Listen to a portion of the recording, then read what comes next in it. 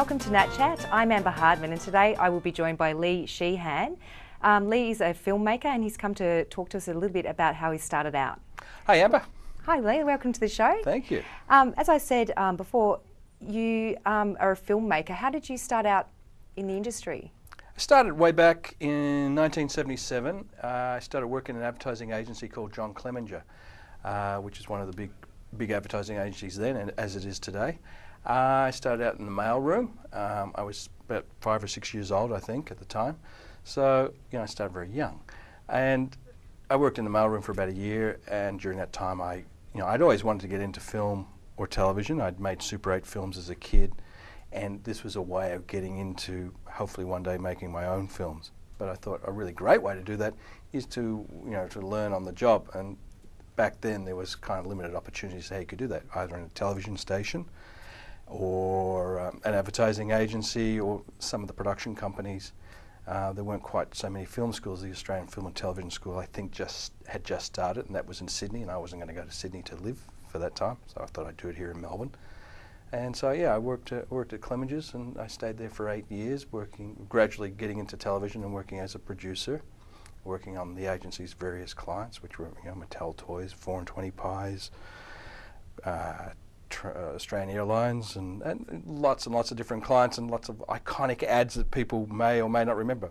The ones that haunt me the most are probably Barbie. I produced many Barbie commercials, I'm ashamed to say. So, and how did you research something like a Barbie commercial? Well, you didn't have to so much research, but what we did in an agency, you have a creative department, and the clients would come to you and they'd say, okay, we've got a new Barbie doll coming out this year, and it'd be like Crystal Barbie, or it'd be Ponytail Barbie, or whatever. So the creative guys would write an ad, and we were fortunate back then that we could write ads for Barbie. Because if you watch television today, the Barbie ads you see on TV today are all American. They're all American ads. They're not made in Australia. They don't have Australian kids. But back in the late 70s, early, and all throughout the 80s, these ads were made here in Australia. So we Australianised the commercials so that Australian kids could relate to who they were seeing. And they weren't talking with American accents. Because I have a daughter now who actually, if she refers to Barbie, she puts an American inflection. And I've heard this many times with many kids. Oh, we're into Barbie, it's like, it's really weird because that's what they hear, so that's what they repeat. So, by running those American ads today, you lose a little bit of our own culture. So what we were able to do back then was to, as I say, use Aussie kids and Aussie situations, and still sell the crazy Barbie doll.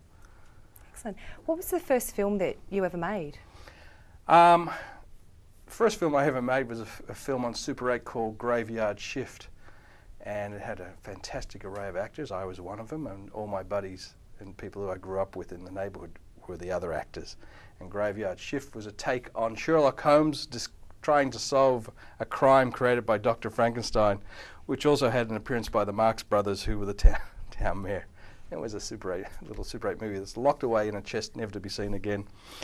So maybe almost when I'm on my deathbed sometime way in the future.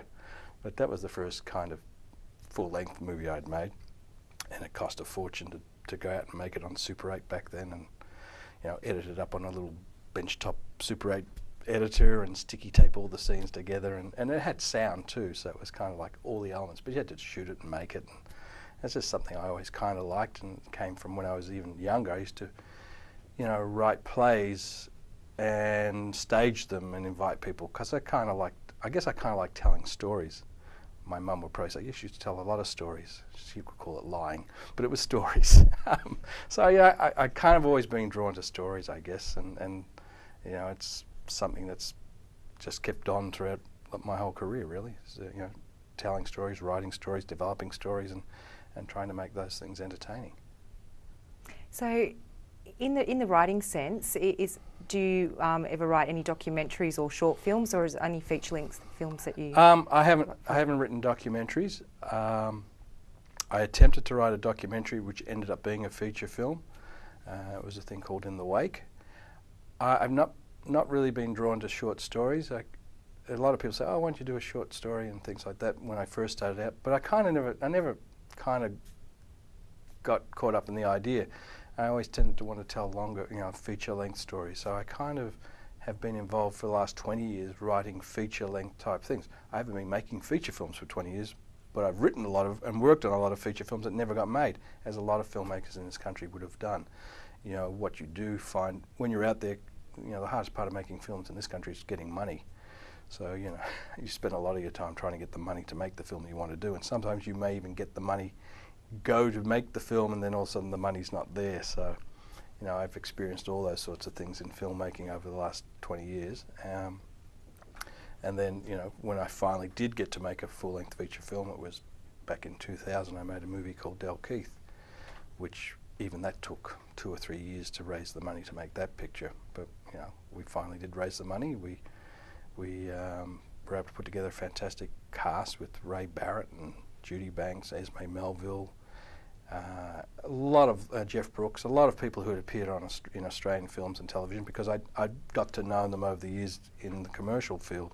So I'd worked with a lot of those actors and things, and so finally when I did get to make a movie, they all said, yeah, let's do it, you know. We shot that film up in Ballarat in 2000, and when we finally finished it, because the film dealt with a subject that a lot of people thought, well, it's old people, because it was set in a retirement home.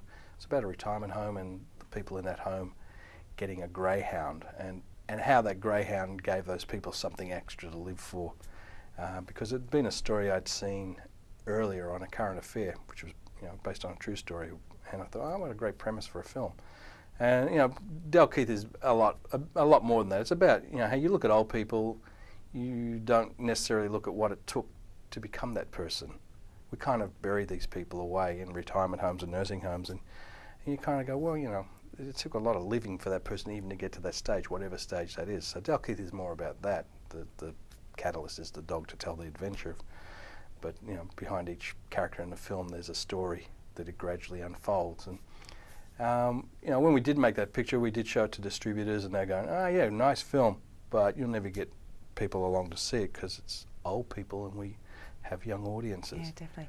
Leigh, we're just going to take a quick break, but when we come back, we'll talk about, you know, maybe some more of the recent things that you're doing and Sure. what's coming out. Terrific.